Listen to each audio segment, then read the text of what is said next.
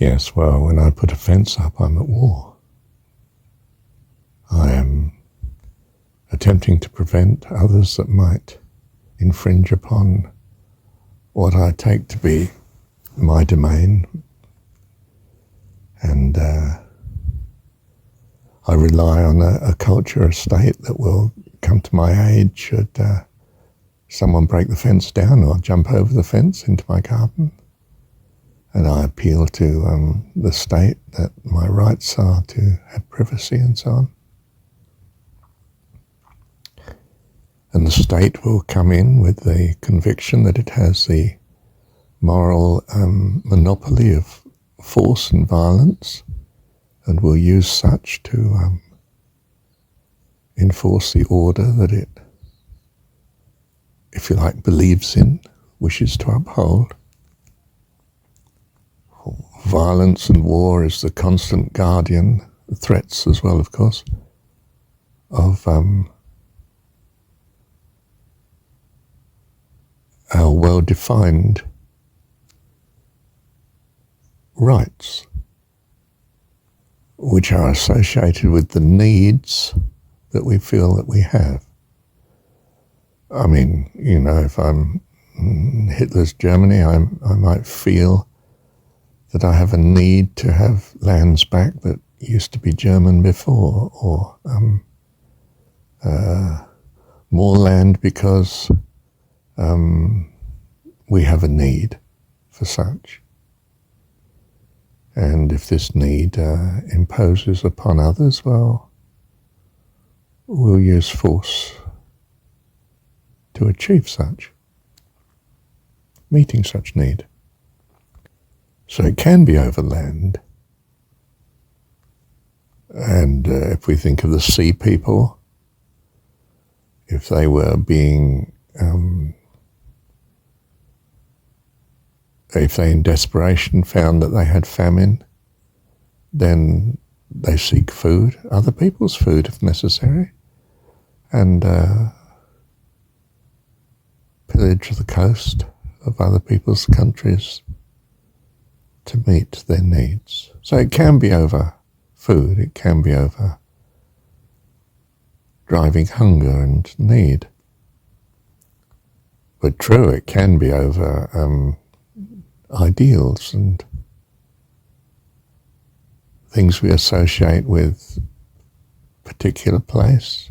It's ours in some sense because it's important to us historically, so we fight to keep control of it. Or we may go further and fight to avoid the threat to our control, against our control of it. War is then where we use force, possibly because we don't see a way of achieving what we want in any other way that's better.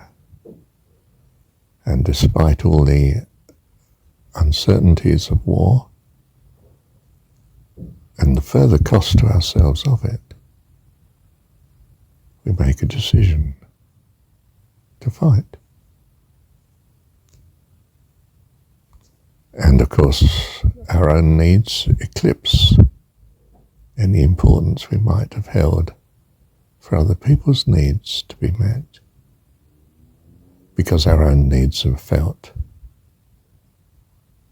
perhaps physically,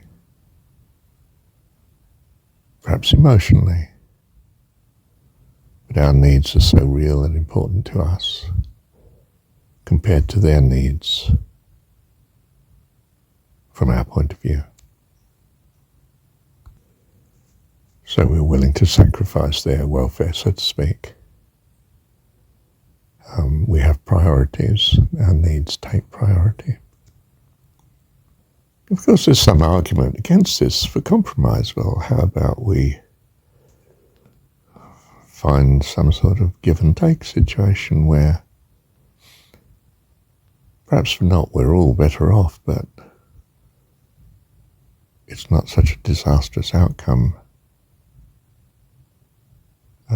as what might happen if we have a war. And of course, this might have some considerable clout, this argument, unless we feel, we're certain to win the war. And our needs are very pressing on us as we feel it.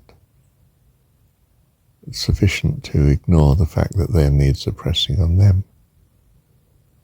Because in some sense they're not as important to us as we ourselves. And they feel the same way. They may be desperate, of course. And so from their point of view, feel that what they're about to lose by our victory would be just terrible. So they would take a chance and fight. Or they might not. You might have a peaceful outcome, they surrender. But it might not be a good peace. It might be one where, one side's immiserated by the other. Peace isn't always peace and happiness. Peace can be tyranny and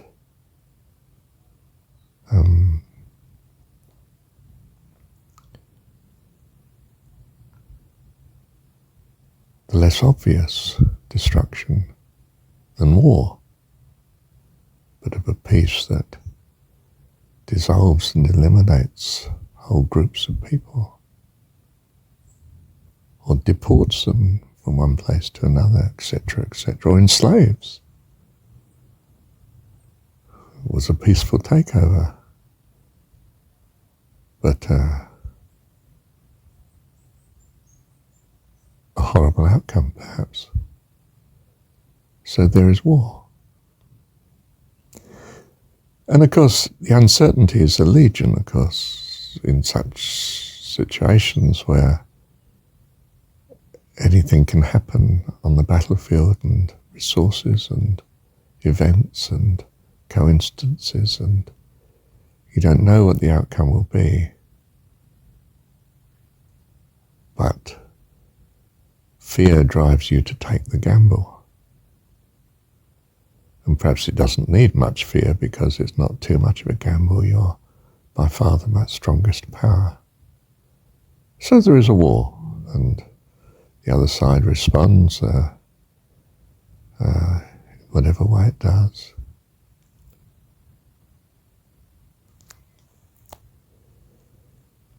We think of war as violent and worse than peace, but a peace can be appalling. Look at the peace we maintained in India. I mean, we induced a famine between, is it the 1880s, is it, and First World War, where possibly 100 or even 200 million Indians died. This dwarfs the death rate of war.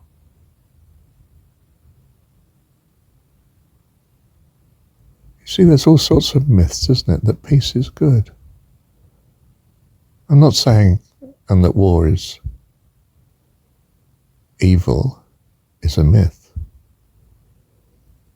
I'm just saying that peace is not necessarily good.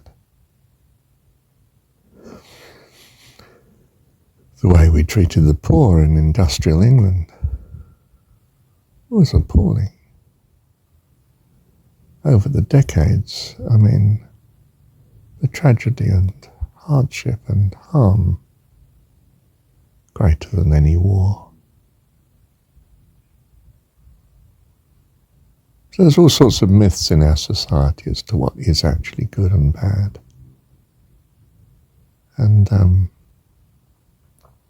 well, some myths are very beneficial to us, but some just hide the truth in a way that doesn't minimize the evil at all. So you choose your myths carefully. Thank you, Dan.